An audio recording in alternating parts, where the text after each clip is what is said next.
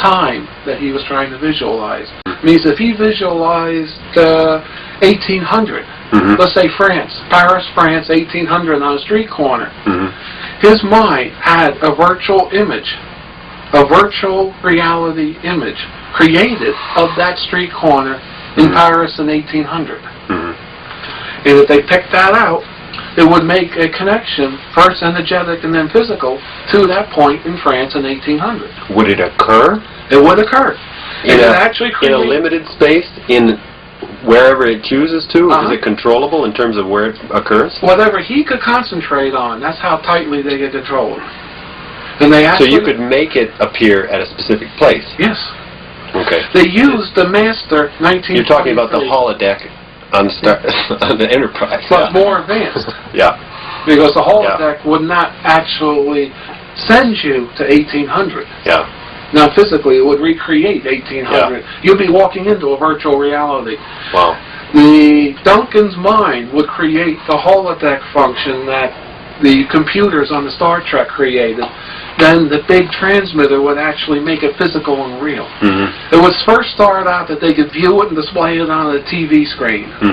Then once they got where they wanted, then they could record it, extend it, and they could make an actual opening from the present to whatever time they're So you're not it's not creating anything, it's just realizing what's there already. Sure. Making an attachment to it.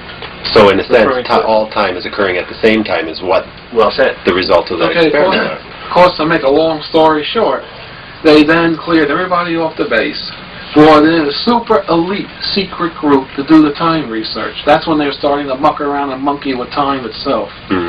Of course, we can go into umpteen billion different stories here of what they could have done and what they did. So, you know, then of course, at the end of the project, in August 12, 1983, they made the connections.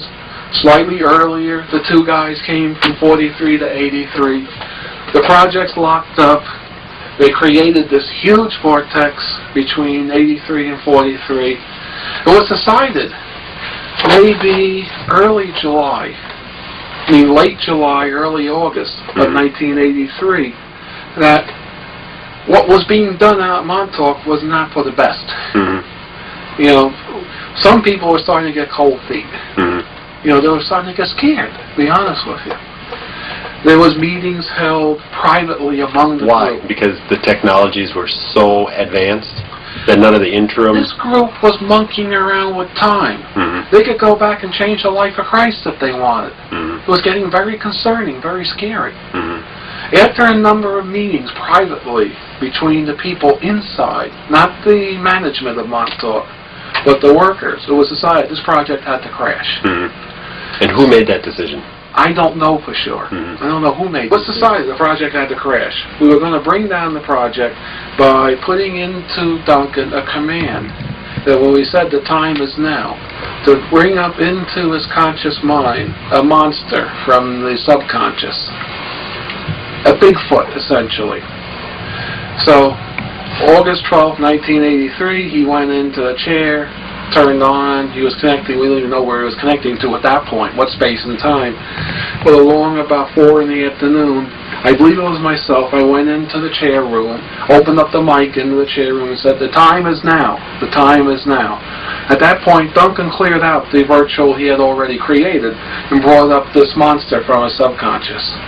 And of course, it became physical and real, and we call it Junior. It started to stomp around. It was angry, it was mad, it was hungry, it was frightened. It was brought out of his subconscious mind. Next thing you know, he's in an area he's not familiar with. He's very mean and nasty. He's making a lot of noise, smashing things. And at that point, it was decided by the project director the project had to be stopped.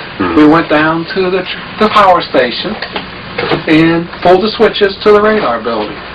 Funny thing is, nothing happened. It didn't stop. So my next thought is, holy Moses, the Navy and Air Force techs must have got the wiring underground all messed up. So it was decided, okay, we didn't want to go pull the switches because we weren't sure what was going to happen. So we decided I put on a set of acetylene tanks, a cutting torch. small torch you wear on your back. And I went into the transformer yard, the substation, next to the transmitter building, and I cut the wires coming up out of the ground with the torch. And I had insulation and such so I wouldn't get shocked. And all the lights went on in the base. That damn transmitter kept running. So then I was saying to Jack, that's the base, the head of the project, you going to go in there? He said, no, you're going to go in there. I said, no, you're going to go in there. None of us wanted to go inside the building. Because there's all sorts of discharge, there's all sorts of wild stuff going on inside the building at that point. You could open the door, look in, and it looked like St. Elmo's fire everywhere, and there were glowing masses on the, even the first floor. So finally, I don't remember what it was at gunpoint or whatever, I was, shall we say, persuaded to go in and start taking it down inside the building. So I first went and pulled the wiring out that went up to the transmitter. Because I thought maybe the wiring is still messed up and I didn't cut the actual line. So I knew this box up behind the main power panel, had the three-phase 440 or 1600 that went up to the drivers. We knew once we got the drivers down, the amplifiers down below, which you couldn't get anywhere near, was shut down. They were primed, they were set, so that if the input signal stopped to those amplifiers for more than 10 seconds, they just shut off entirely, powered down, and was ready to have the water pumped out and that sort of thing. I pulled those wires out. The lights went out in the building, but I could still hear everything humming upstairs. So I say, oh, these damn techs, they don't know what the hell they're doing. The electricians have messed up everything. Now I gotta go upstairs. So I'm climbing up through the muck and mire and the discharge and the alternate realities and all that nonsense. Get up to the first transmitter floor, and I start trying to shut stuff off, shut down. I can't even touch the consoles. I get burned when I touch the consoles. So I decide, okay, upstairs is the master power control for the two transmitters. The first and second transmitter floor.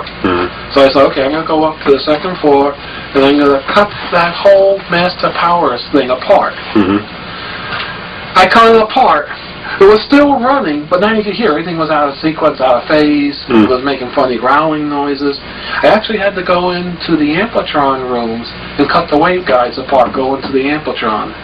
To this day, you can see torch marks where the power control switches were, and you can see torch marks in the amplitron's room by the amplitron. And at that point, when I cut the amplitrons apart, everything stopped humming. The discharging reduced, and I knew, okay, we finally shut this goddamn thing off. And I went out. Of course, most of the people were gone. Junior was 30 foot tall or 10 foot tall, depending upon how much brown mush you had in your pants. And by then, most everybody had gone AWOL, run out, run for their life. And there was maybe myself and two others, so we fled. And I went through debriefing. They played the time wraparound number, which, is a long story, so I wouldn't remember and notice. They made sure I didn't remember what I did. I actually had worked 2 jobs. But, unless you're really interested. But essentially, he was debriefed, released back into the public. I was debriefed, released back into the public, and went on about our regular normal lives. And that's the end of the story. So now you can go into questions. Were you, when you were debriefed, were you required to an oath of silence? No, because you were never in the military. No. Yeah. They did this through mind control means. Both Duncan and I were debriefed through mind control means. We were just made to forget it. And did you? I did until I started to work with a time transducer myself and had time currents flowing through me. Once I had the time currents flowing through me, I passed out up on the roof. When I came back, all of a sudden I started to remember everything. Up on the roof of this building is an antenna, very similar, a small edition of what they build out at Montauk for the main time antenna. We call it Delta T antenna, or Delta Time. It's 3 loops built on the delta, an X, a Y, and a Z. And mathematically you can do wild things if you drive all 3 loops correctly. You can actually create time vortexes, time distortions and such if you know how to do it. You also have to have a electric field antenna above the delta T. And I was building one of these things. I wasn't aware of what I was building. I was trying to build a shielded loop antenna to use for VLF and ELF, because in this area VLF is useless on a long wire antenna, which is what's usually used. What you pick up is loco 60 hertz background. So I was trying to probe into the magnetic fields, not the electric fields. I was building a shielded magnetic loop to hook up to my ELF receiver here.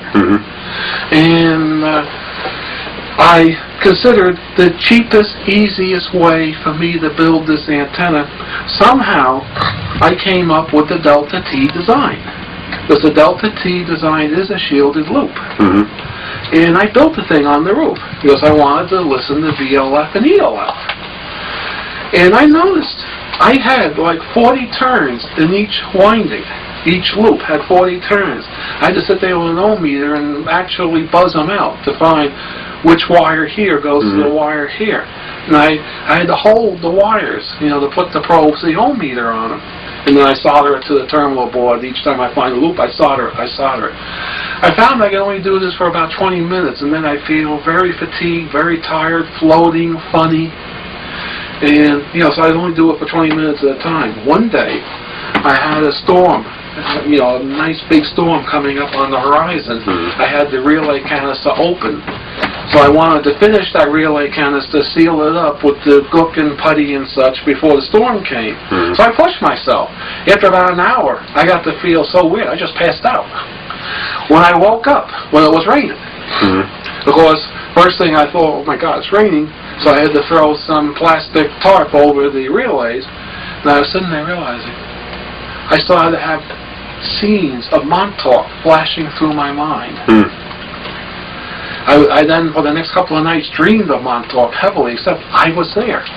Up to that point, I never believed I was there. Now, I thought back, remembered how many people were there, remembered me.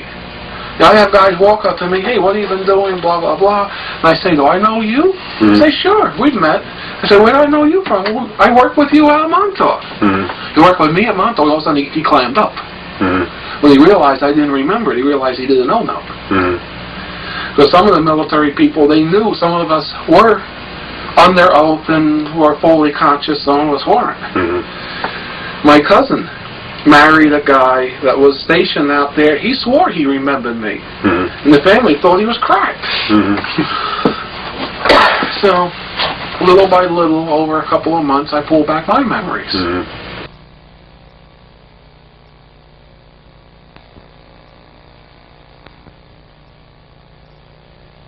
So you were a part of the second part of the project, and the first. How did you get involved initially into that? You were part of the first. Yeah, in the what's called the psychic signature, or the Matthews function, which is a particular sense of frequency individual to the person as in a thumbprint. Everyone has a particular signature. What I'm kind of have been struggling with is which typically came first.